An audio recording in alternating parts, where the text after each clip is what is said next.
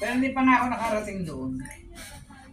Kala ko nung, ay parang parang doon kami ni Ma'am Rachel, di kami natuloy. Binigyan niya na lang ko electric fan. Oo. Oh, yun. Challenge niya yan eh. Challenge Ikaw yun. lang qualified ako. Kasi dalawa siya. Alam nga naman kami dalawa lang. Oo nga. Dapat nagyaya kayo para marami magpagka. Ay, sino babayan? Sa si RJ. Yan na nga eh, kaya nagtatanong na eh.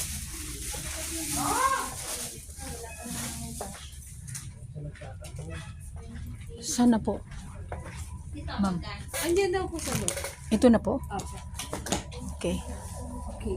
I-adjust na lang. Isang taon nagkasago din nakakapunta rito eh. Oo nga, may inactive na yung account mo, ma'am. May inactive na?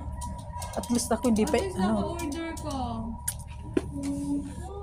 marami akong ginagawa eh.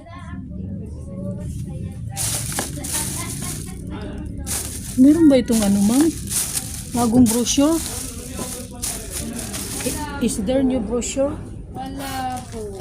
Agad. Ano ko? Are you sure? Parang hindi sir. Sir, the new brochure. Brochure.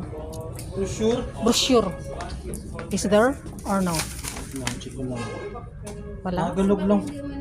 Wala dyan. Si Ma'am Pure. Tagalog lang to ma'am. Yung makapal po. Ito ma'am. Ah, okay. Pero yung brochure na month ngayon ma'am, gusto mo bumili ka naman sa akin. 20 pesos po yun. Yung ngayong month ma'am. O, sige, sige. Yan ma'am, magalog po yun. Palita ako. Mausa. Mausa. Mausa lang. Kasabot ka mo magwaray? Hindi po. Usa isa. Hindi ko kasi na-inform si Ma'am Pure na pupunta ko rito. Bigla lang pagbunta ko. Ito, ma'am. 3 plus 1.